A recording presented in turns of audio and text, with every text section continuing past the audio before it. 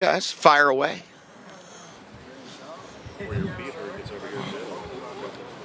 Okay, great. What is it like recruiting against Oregon where you're doing it in Arizona and Arizona now obviously it's within the region and rivalry and all those things. What is it like recruiting against someone? Well, for the last 2 weeks, all anybody's saying is that they have a limited buddy and all this narrative and whatnot. But what is that? Yeah, I mean, I kind of look at it as that we recruit to Washington, not against anybody per se. We've never once. That's not our deal. We don't really talk about the other programs that we're recruiting against, so to speak. Obviously, we know that Oregon has unbelievable resources right now, and that they're playing with an NIL budget that's very different. But good for them. For us, it's going to be about recruiting our players, our program, to people that want to be at University of Washington, that want to live in Seattle, that want to be around Microsoft and Costco, want to be around REI and Alaska Airlines, want to be around Starbucks, want to be around internships at one of the greatest cities. We've got 54,000 millionaires in Seattle. So for me, the best thing we get to do is we recruit Seattle, and we get to recruit to the team that played in the national championship, and we get to recruit to the team that won the Pac-12 championship, and that's going to be our goal. And so we don't really worry about recruiting against SC or against Oregon or against Michigan or against Ohio State. Our goal is just to recruit to Washington. As you start this new rivalries inherited, like, but from my understanding, you and Dan have a good relationship, like it's like each other or something like that. Whereas your predecessors at both schools may not have felt the same way.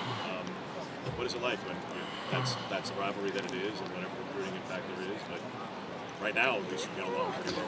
Yeah, I would expect that Dan and I's friendship is not going to get affected by that. We do have a very good friendship, and we do get along really well.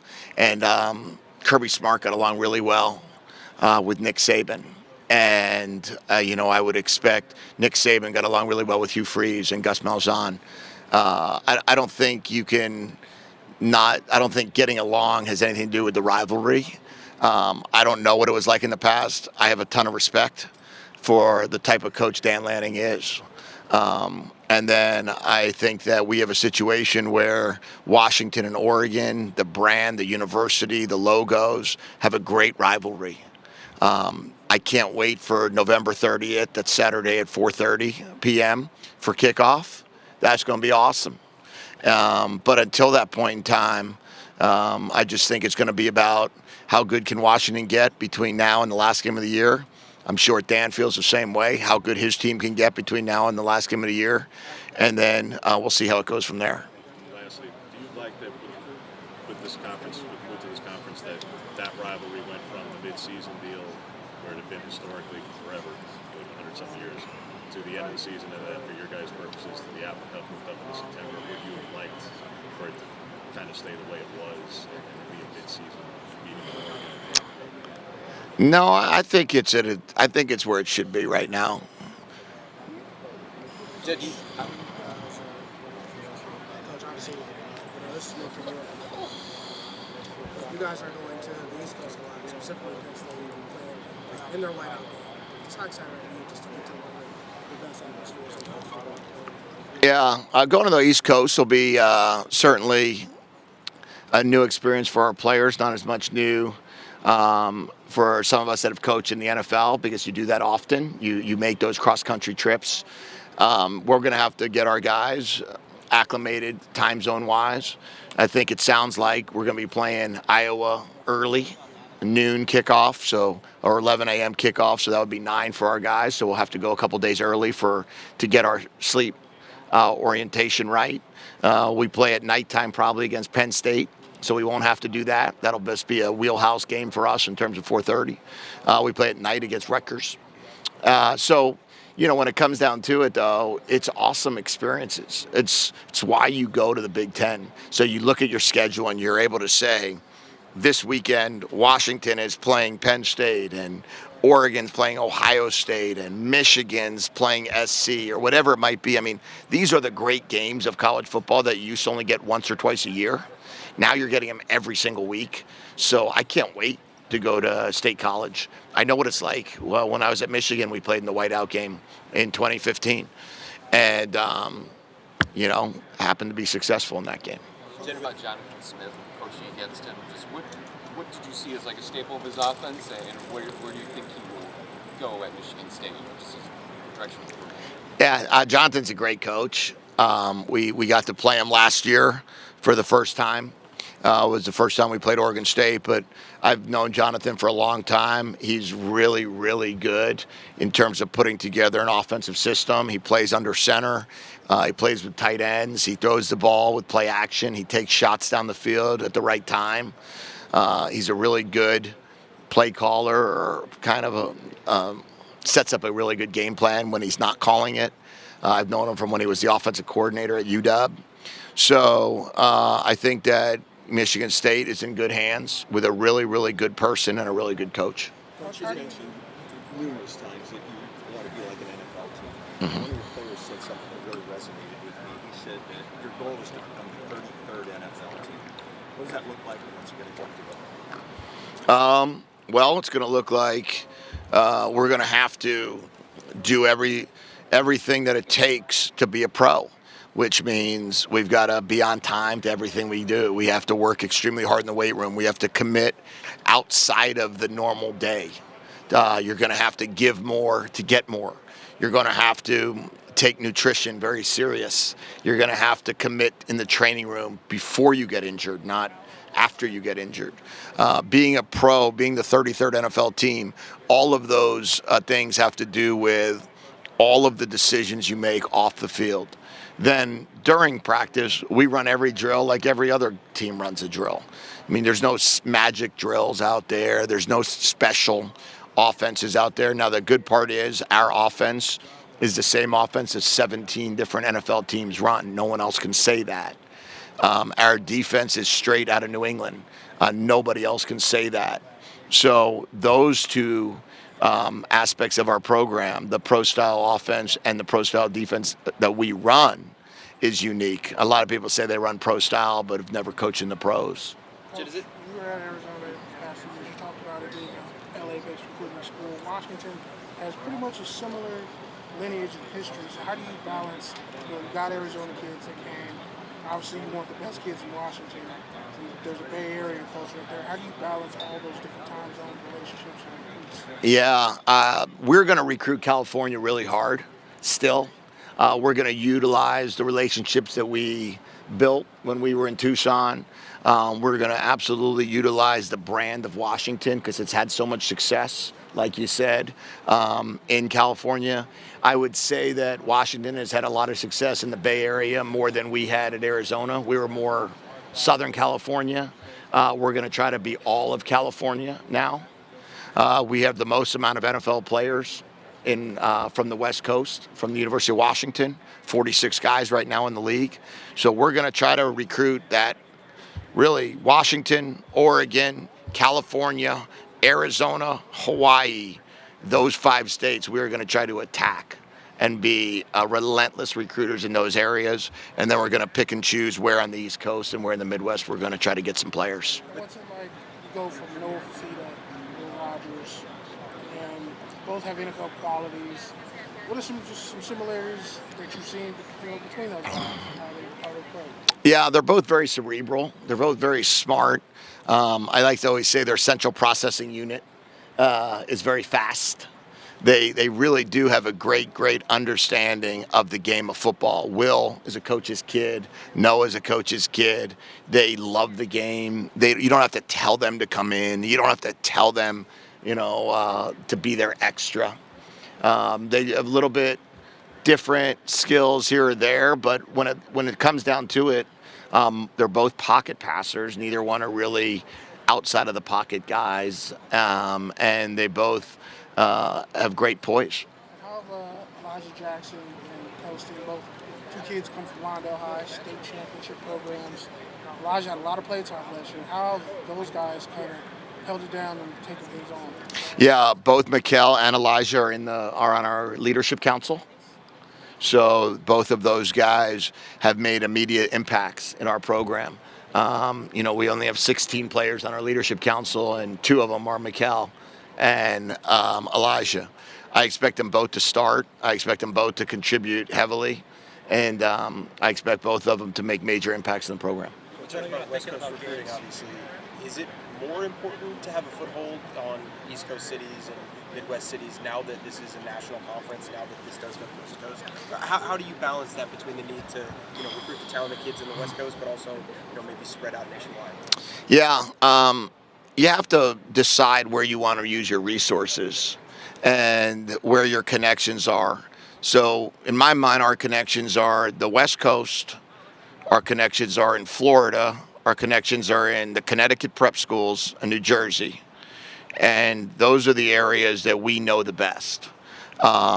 We can't not go try to get a player out of Jersey. We can't not go try to get a player out of Connecticut. And we can't not try to go to Florida.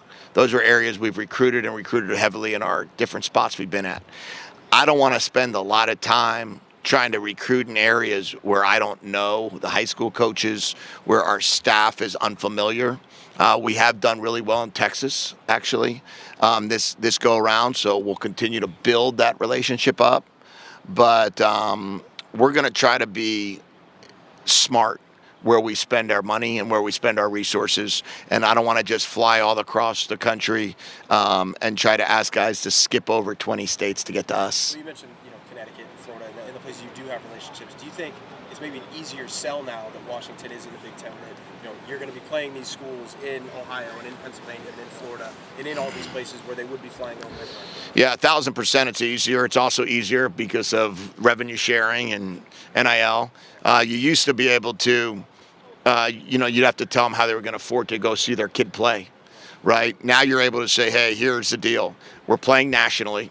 We're playing on the East Coast. We're playing in the Midwest. We're playing in the West Coast. Your son will be able to pay for your flight, and you'll be able to make it to a lot more games because we're going to have 3 games within driving distance for you. So that's without a doubt a sell for us. It's without a doubt something that we're looking to do and make sure that message is clear. Coach, I know you're not focused on games 3 months from now, but just as somebody who, I guess, an outsider to what Iowa football is, what do you know about Iowa or Iowa football? Well, I know a lot. We were number 2 in the country in 2016, and we were 9-0, and we went into Kinnick Stadium and lost the game. We played for, when I was at Minnesota, we played at Iowa and lost 21-7 and lost the trophy game there. So I've played Iowa twice. I have the utmost respect for Coach Ferentz. He too started out with Coach Belichick, so we have that mutual relationship. I told him that he's my wife's favorite coach. I don't know why, but he is. So I've told him that as well. She just loves the fact, I think, that he's been at the same job for 20 years. That could be a subtle message to me when she says that Coach Ferentz is her favorite coach. But, I'm excited about going against Iowa. I don't know if our players understand how hard of a stadium it is to play in. We all know how good of the defense is. Coach Parker is phenomenal at what he does. It'll be a great challenge. We know that. I understand it's going to be a big noon game. So that'll be 9 a.m. our time. So we'll have to get accustomed to that. So we'll be in Iowa City a day early.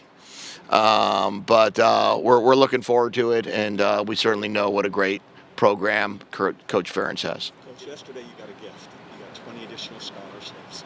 How does that affect your roster management? And I'm guessing that really helps on depth on special teams where you don't have to have as many starters out there. Can you just talk about that a little bit and how you plan on using it? Thought about it too much? Yeah, well, what we have to do is we have to figure out how we want to allocate those scholarships.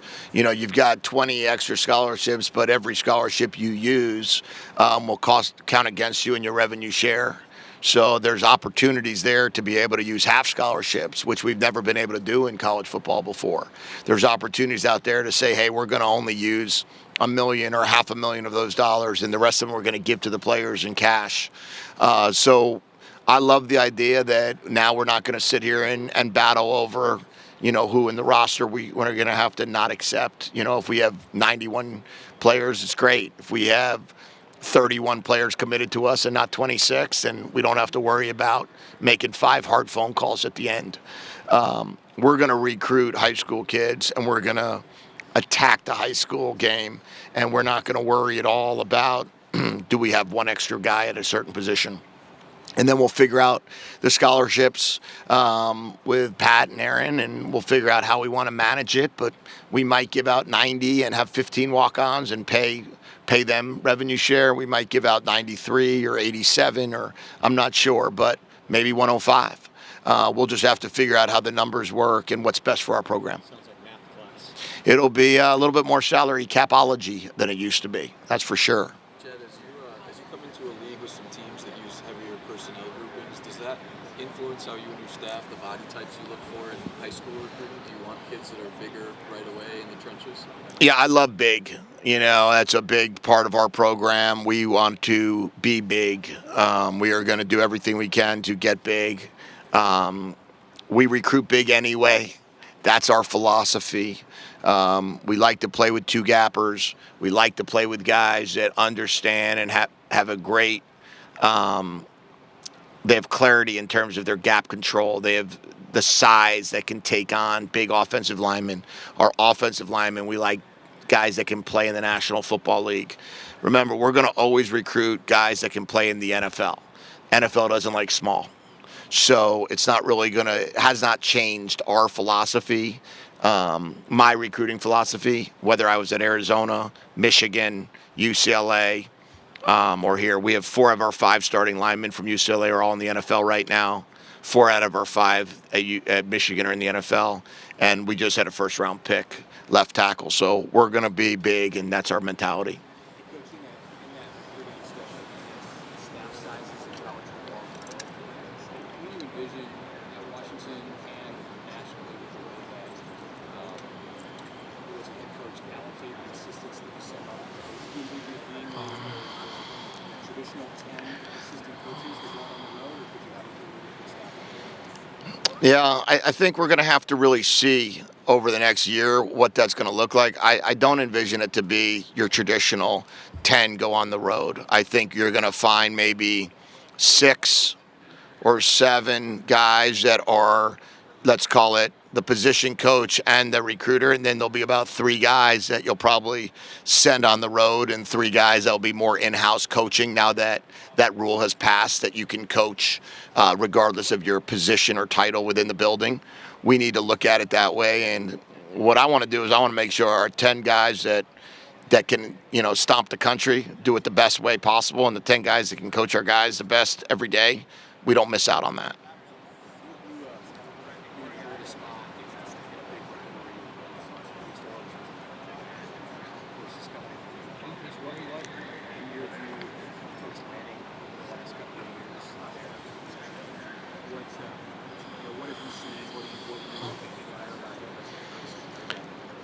I think Dan's a great coach.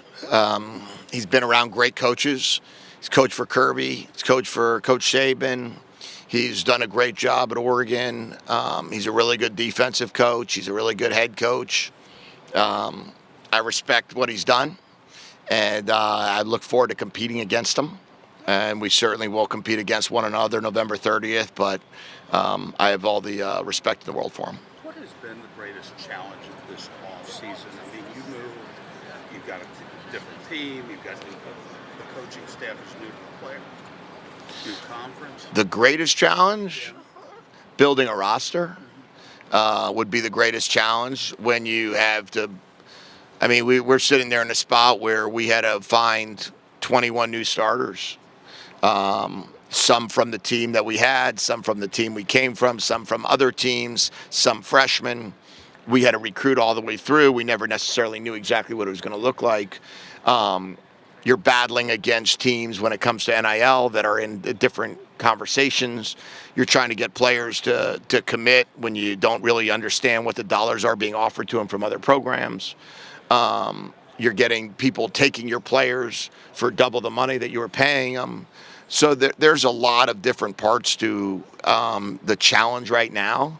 But without a doubt, the number one challenge for us was building a team that can compete in the Big Ten and figuring out how we were going to do that. Coach, having coached under Jim Harbaugh, what was it like to watch him kind of reach the summit last year with Michigan win the national championship? Obviously, at the time, you had no idea you were going to Washington later. So can you just talk about that a little bit? Yeah, well, I hope nobody takes any pictures or shows any pictures of how I was dressed for the national championship game and holds it against me in Seattle. We were Harbaugh guy. You know, my wife and I are very close with Jim and Sarah. I talked to him the day of the game. I talked to him the morning after. I didn't have any expectation of coaching at Washington. I was there for year one and year two. We won 20 games. We were a bad spot away from being in the Big Ten championship game. So I get it, you know, and I think that being with Coach Harbaugh was phenomenal. I was kind of hoping that he was going to be here for one more year so I could have the privilege of saying that I got to coach against him. I coached against him one time as an offensive coordinator. We lost 42-10, so that wasn't very good. But I'm just so happy for him and his family that they're now with the Chargers. He's going to do an amazing job. I believe wholeheartedly he's going to be one of the 5 guys that have won a national championship and a Super Bowl. And what will you take from coaching with him now that you're coming back into the Big Ten and bringing with it into your program now? Well, there's a toughness and a grit that he requires his teams to have. We talk about it's all about the W at Washington. It's about working, it's about winning, and it's about Washington. Where I think when he was at Michigan, it was about working, and it was about winning, and it was about Michigan. So, you know, hard work is what he believes in. Blue collar, work shirts, lunch pails. And I respect that about him, and that's what we're going to have our team look like. Finally, just as a follow-up, you're going to be welcoming Michigan to Seattle midway through the year here. Just talk about that matchup again. Two high-profile programs meeting again after last year's national championship, and yet a lot of difference with both rosters. Yeah, I think it's the same logos and the same universities meeting, but I think the change is enormous. I don't know what their team's going to look like. They don't know what our team's going to look like. We got to play 4 games before it. So my focus right now is what's training camp going to look like on Tuesday, and we know we're going to have a fantastic atmosphere. We know that the greatest setting in college football is going to be exploding on that day. We expect every camera to be there. We expect every set to be there. And we're looking forward to the opportunity to host Michigan, the national champion. But much more than that, I don't know. So what type of work have you guys put into the travel campaign in terms of have you consulted? Like I cover Penn State, and I know one of the things like they're leaving early to go out west. They can talk with NFL teams. What are some of the things that maybe you guys are focused on recovery-wise? And how competitive of a space do you think that could be if teams try to get an edge on this? Yeah, we've consulted a little bit, but I've coached in the NFL for 14 years, and I've coached in LA, I've coached in the East Coast, so I kind of understand how we did it. Well, we hired our head athletic trainer, was in the NFL for 23 years. He was the head trainer for the Cardinals for 15 years, so he's lived through that travel. So for us, it's more along the lines of what do we know is right, what do we believe is right. You're never really 100% sure. I could give you stories of times that we left the day before and won by 30, the times that we left the 2 days before and lost by 30, and vice versa. You know, the greatest saying is, how do you win on the road? You bring a good team. That's the key, not what time you get there. But we are going to be very aware of when we're going to go to Penn State. I believe we'll go the day before. I don't think we'll go 2 days before because it's a night game. We'll leave for Iowa 2 days before because it'll be a day game. And we'll try to play it accordingly based on what we think is the best for their circadian rhythm. How hard is that? I mean, like State College is probably going to be the toughest place you guys have to get to. It's pretty remote, Central PA, tiny airport. How much of a factor has that been on your ops people in terms of getting them out there, getting those site visits? Yeah, well, we're confident we can land a 737 there. So It's the Yeah, I know. I've done it. So we're going to have to, you're not jinxing us right now and sending us to Harrisburg. But, we're aware of all the different aspects of it. And, we will probably take 2 planes to make sure that we get it the way we need it. We do, obviously, it's a long trip. It's a 5.5-hour trip probably for us from Seattle. But, it'll be a good way for our guys to do a lot of homework. Coach, you've got a very experienced quarterback coming back in Will Rogers, but you've also got a dynamic freshman in Williams. Have you penciled out a plan for him? Because I got to imagine we're going to see him this summer. Nope, I have not done that. I have not penciled out a plan. I don't necessarily think like that right now in terms of packages for guys. Noah redshirted. He played 4 games in 2022. And then Jaden started in 2023, and we were 3-1, and Jaden sprained his ankle, and Noah went in. And we didn't pencil that out, and that just happened. And we went 7-2 after that. I would say it's very similar, that we're going to let Will and Demond fight it out. The starting quarterback will be the starting quarterback, and then I don't expect the next quarterback to go in unless there was an injury or the score was dictating that right now. With Will, what's something you've learned about him that you didn't know when you first met, first kind of got him on board? Really smart guy that just loves the game of football, that you can't really figure that out in a day. You don't know how much somebody loves the game, how committed they are, how willing he is to, coach, can we meet? Coach, can I ask you a question? Coach, I keep reminding him, Will, you're going to get tired of me in training camp. Don't force it now. So his love of the game and his love and passion to do this is something pretty special, and that's fun to see. What's your assessment of the offensive line transfer all that you got? Damascus created, D'Angelo, Yeah, I think we were able to fill some holes that we needed to fill. Excited to get Guardman Millar and Landon Hatchett back. So you've got 2 guys that were expected to be starters that weren't able to participate in spring that are back. D'Angelo has 48 starts at Portland State. I really like the way he's really handling himself. I think Max and Swanee will have great competition at left tackle. Drew obviously transferred in before I got there, but I'm excited about watching him play. Zach Henning, Paki Finau are both guys that are very young players that are going to impact the program.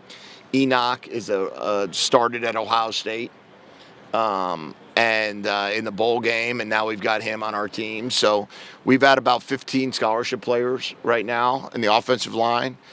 In spring, we had 7. And 2 injured. So we're in a much better position, a much different position, and pretty fired up about what training camp's going to look like and see how these guys can all match. So going back to Will, what do you recall from your first conversations when you were trying to get him on board? Obviously, the timing of things made it a little rushed, I'm sure. Yeah, when I talk to quarterbacks, I talk to them all the same way. I say to them, why would you not want to play in this offense? I know it's arrogant. And I know it's not necessarily what everybody wants to hear, but if you're a quarterback, you should want to play in this offense. We throw the ball about 58 to 60% of the time. We've been in the top 5 in throwing offense every year. At Arizona, UCLA, Josh Rosen was picked top 10 overall. Jaden DeLora was a freshman first-team player. Noah was the freshman Pac-12 Player of the Year. There's a lot of good evidence of playing quarterback in this offense that if there's one position you should want to play, it's that. So I said to Will, Will, here's what we'll do. Here's what we can do. Here's who we've been around. Here's who we've coached. Take a couple days, talk to your parents, and figure out why in the world you wouldn't want to do this. And his dad called me. We had a 10-minute conversation, and Will called me back about a day later and said, I'm all in. And that's what made me I love Will. I love Demond. Demond did the same thing. It took Demond about 6 minutes to come from Arizona because he wanted to play in this offense, and he wanted to do what Noah did and Jaden did and Rosen did and Spate did and Rudock did and Jared Goff and Blake Bortles and Cam Newton. So that's what we sell, and hopefully more quarterbacks will want to join that party. Do you think anybody this offseason you heard from your strength and conditioning staff who had a big summer since the end of spring you're looking forward to? Deuce Davis has gained 20 pounds or 15 pounds. That's really important because I think he's going to be an electric defensive end for us. Isaiah Ward's in a good spot. I understand that Durfee has just had an incredible offseason of working out while he's trying to rehab from his forearm. Logan, who we transferred in here from Miami, is a monster in the weight room. So I'm looking forward to a nose tackle that can just get on, get up inside a center and walk them back. So I've heard really good things. Jonah Coleman's done a great job. Cam Davis. We haven't had Cam Davis out there playing, and sometimes I talk about our running backs and I forget because we haven't been able to have Cam participate in a rep. Cam Davis is going to be a fantastic football player for us. So I've heard he's had an outstanding offseason with Coach Owens. Jedd, I'm curious, going back to Will, his experience under Mike Leach and the air raid. Do you think that'll help with the adjustment process, getting into the offense, just throwing the ball so much? Yeah, we don't throw it the same way. We're not really air raid. We have probably more under center play actions, more some of the things that they don't do over there. He's going to have to learn how to turn his back to this defense and flip his head around. That's a little bit unique for guys that played in that air raid. But the third down package, the drop back package, I think Will's ability to just throw the ball 50 times a game, we're not going to do that. We'll throw it about 38 times a game, 40 times a game max, hopefully less. We love to be about a 32 run, 38 pass team. So we'll see if that fits him, but I think it will. Yeah, I guess I get that more of the volume. You need to throw the ball more. He's done it before. Yeah, I don't. Well, he certainly has done that. So throwing the ball is not an issue for Will. His arm is one that's accustomed to a lot of attempts, and I don't think we'll have to attempt it that much. I would hope we don't attempt it that much, but you never know. Can you say into your final decision to leave Arizona, and were you surprised that Team Mac and Coach decided not to leave? Yeah, what went into my final decision was really how can I help the most amount of people at once, and without a doubt, it was to pick up my family and 21 other families and provide them an opportunity financially and in a conference and in a program that was elite and that had sustainability and strength to continue. I would say in terms of players coming or not coming, that's all their own personal decisions. There was a lot of, unfortunately, there's some tough rules in college football that don't allow you to communicate properly in terms of reasoning why you do something, what you can offer somebody, what opportunity they have. A lot of guys, start thinking that they stayed for you and you didn't stay for them, and you lose track of the ability. They stayed for the opportunity to be drafted in the top 10. And in my opinion, if you come play for us, you'll be drafted in the top 10. And that's kind of, some of the messages you can't really give. But I'm very proud of them for how strong they stayed and their family mentality and family values. And I know we have very strong family values here, and that's why we were able to bring 21 families with us to Washington. Coach, football practice starts next week. Give me a Thank God. Yeah, it's been a while. Talking season's over. Yeah, well, give us a couple of position battles or some things that we should really be paying attention to that you're kind of really jazzed to see. And I think position battles are they're all over the field right now. There's 25 guys on our team that didn't even practice in the spring. There's freshmen that have come in that have gotten so much bigger and stronger and faster in the weight room since May 2nd or May 3rd, whenever our spring game was. There's guys that are back being healthy that weren't healthy in the spring. The offensive line that everybody liked to talk about is going to look completely different because you have two guys that couldn't participate in the spring that are now back. You have 2 guys that transferred in that aren't, or 4 guys that transferred in that weren't here. The position battle at corner is going to be a great battle. I mean, you've got Thad Dixon is playing fantastic. Elijah Jackson brings a ton to the table and has done a great job of improving. Ephesians Pricesock is a stud. The safety battle with Mikel Esteen and Cam Fabiculanen, Cam Broussard, and Justin Harrington. The linebacker battles of trying to move some guys back and forth with Bruner and with Zoe and then with Fowler and then with Kamori House, who couldn't participate in the spring. I think we're going to see just an enormous amount of competition. That's why we're going to have very long practices. So be comfortable if you're coming out there. Bring lunch.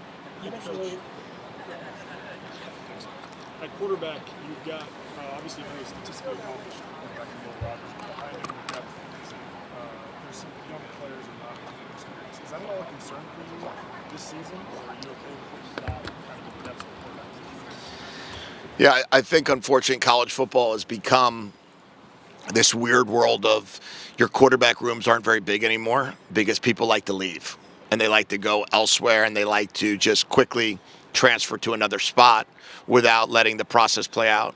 I mean, I can't even imagine what would have been like in 1995 and 1996 when Tom Brady didn't become a starter till his junior and senior year, his 4th and 5th year in college. Would he have played at Michigan? Would he have played somewhere else? Would he have ever gotten an opportunity? I don't know. It's crazy what's happened now because you don't have a lot of build your depth.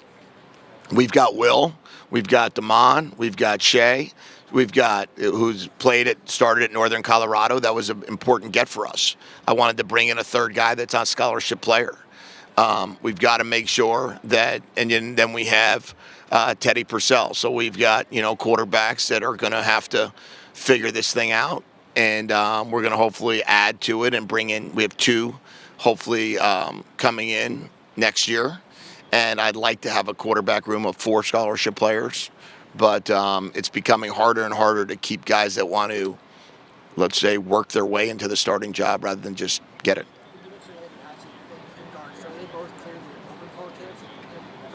Or are they still a little bit of ways off? I think they'll be limited, different ways limited, but they'll both be, I do have high expectations that, let's call it our mock game on August 17th, which I hope we can get 25,000 people out at. They'll be able to see both Landon and guard with that starting offensive line. And you touched on something you can't specifically talk about. Just your general impressions of the recruits' reactions that you've gotten since you've been in Washington. How do you feel that you're building your long-term future? Yeah, I think, I mean, we're right now sitting there, I think, ranked 17th in 247. I don't think we've ever been higher than 15th. So that puts us in a good spot. I believe we'll probably have a good end of July. I believe we'll have a good August. I believe we'll have some more players commit throughout the fall. I think we'll end up looking at a recruiting class that hopefully will remain in the top 20 to top 15. And if you can accomplish that, then we're in a great spot. I mean, if you look at the teams that win, they all have top recruiting classes.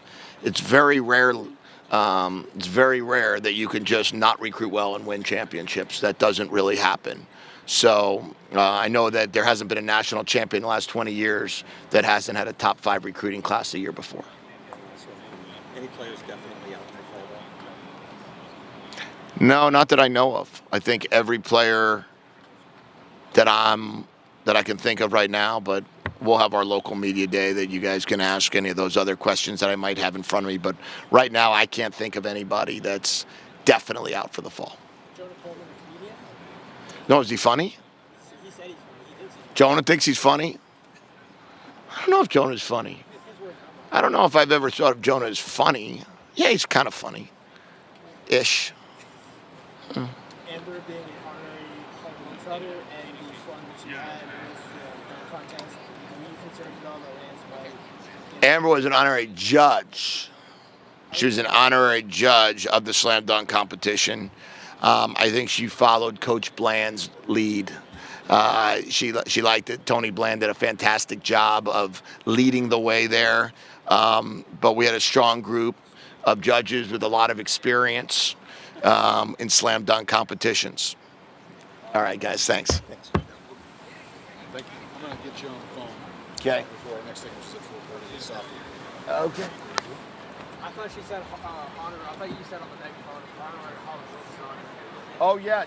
When I said that's what she was, yeah. That was the reference. That's right. I forgot about it. Yeah.